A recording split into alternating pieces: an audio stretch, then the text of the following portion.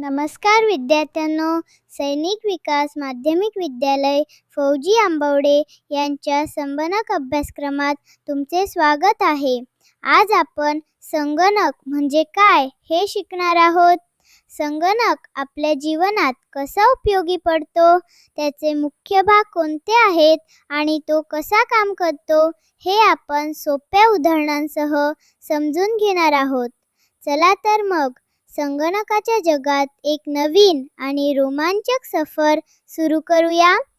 विद्यार्थ्यांनो, तुम्हाला वाटत असेल की संगणक म्हणजे फक्त शाळेतील मोठा कॉम्प्युटर, पण तसे नाही.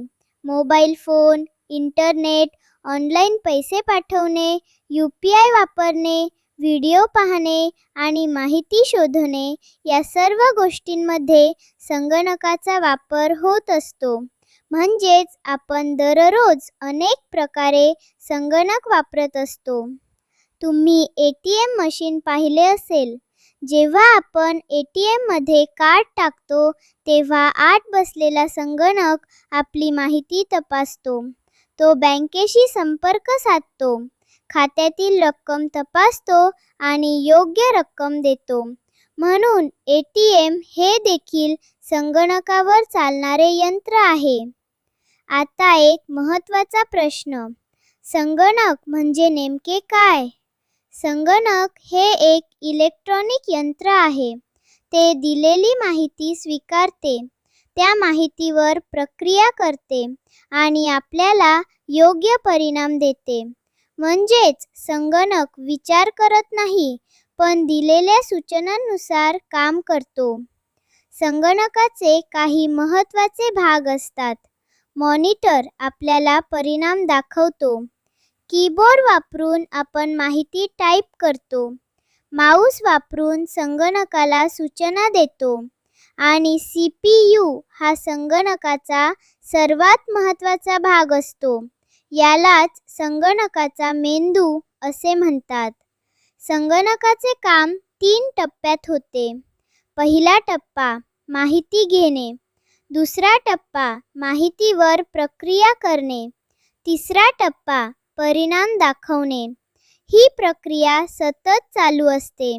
यालाच इनपुट, प्रोसेसिंग आणि आउटपुट असे म्हणतात. जेव्हा आपण संगणकाला माहिती देतो त्याला इनपुट म्हणतात. उदाहरणार्थ, कीबोर्डवर आपले नाव टाईप करणे किंवा माऊसने एखाद्या बटनावर क्लिक करणे. आपण दिलेली माहिती संगणक स्वीकारतो. ही प्रक्रिया म्हणजे इनपुट. आता संगणक माहितीवर काम करतो. ही प्रक्रिया CPU मध्ये होते. CPU दिलेल्या माहितीचे विश्लेषण करतो आणि योग्य उत्तर तयार करतो. म्हणून CPU ला संगणकाचा मेंदू म्हणतात. प्रक्रिया पूर्ण झाल्यानंतर संगणक आपल्याला परिणाम दाखवतो. हा परिणाम मॉनिटरवर दिसू शकतो किंवा प्रिंटरद्वारे कागदावर मिळू शकतो. यालाच आउटपुट म्हणतात. शाळेमध्ये संगणकामुळे शिक्षण अधिक सोपे झाले आहे. विद्यार्थी नवीन गोष्टी शिकू शकतात. व्हिडिओ, चित्रे आणि प्रात्यक्षिके पाहू शकतात. शिक्षक देखील विद्यार्थ्यांना अधिक चांगल्या प्रकारे शिकवू शकतात. बँकांमध्ये संगणक अत्यंत महत्त्वाची भूमिका बजावतो. ग्राहकांची माहिती सुरक्षित ठेवली जाते.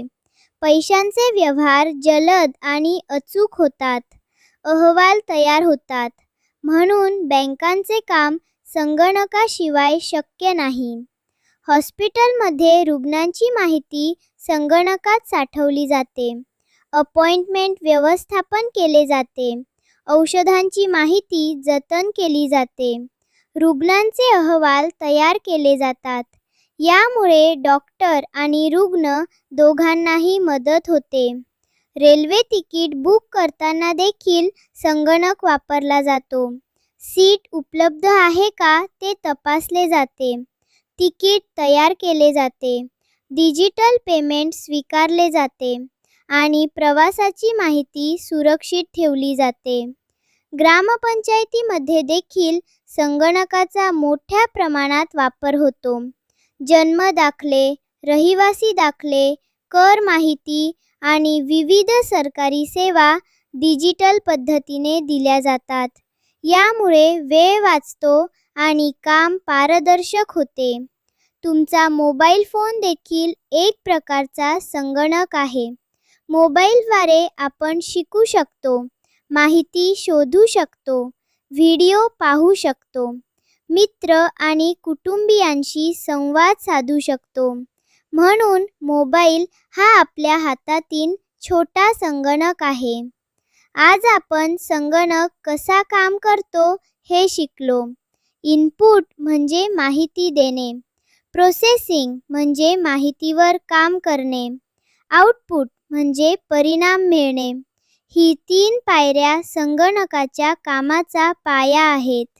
संगणकाचे अनेक प्रकार असतात. डेस्कटॉप संगणक, लॅपटॉप, टॅबलेट आणि स्मार्टफोन हे सर्व संगणकाचे वेगवेगळे प्रकार आहेत. फक्त त्यांचा आकार आणि उपयोग वेगळा असतो. आता आपण पाहिले की ATM मध्ये संगणक असतो. तो माहिती घेतो, प्रक्रिया करतो, बँकेशी संपर्क साधतो आणि आपल्याला पैसे किंवा पावती देतो. म्हणून ATM हे संगणकावर चालणारे यंत्र आहे. आता तुमच्यासाठी एक छोटासा गृहपाठ. तुमच्या गावात किंवा परिसरात संगणक वापरल्या जाणाऱ्या 5 ठिकाणांची यादी तयार करा. उदाहरणार्थ शाळा, बँक, ग्रामपंचायत, हॉस्पिटल आणि रेल्वे स्टेशन. ही यादी वहीत लिहा आणि शिक्षकांना दाखवा. खूप छान विद्यार्थ्यांनो, आज तुम्ही संगणक म्हणजे काय, त्याचे भाग आणि त्याचा उपयोग याबद्दल महत्त्वाची माहिती शिकलात. ज्ञान हीच खरी ताकद आहे. नवीन गोष्टी शिका, समजा आणि पुढे जात राहा.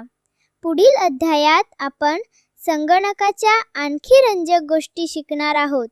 धन्यवाद.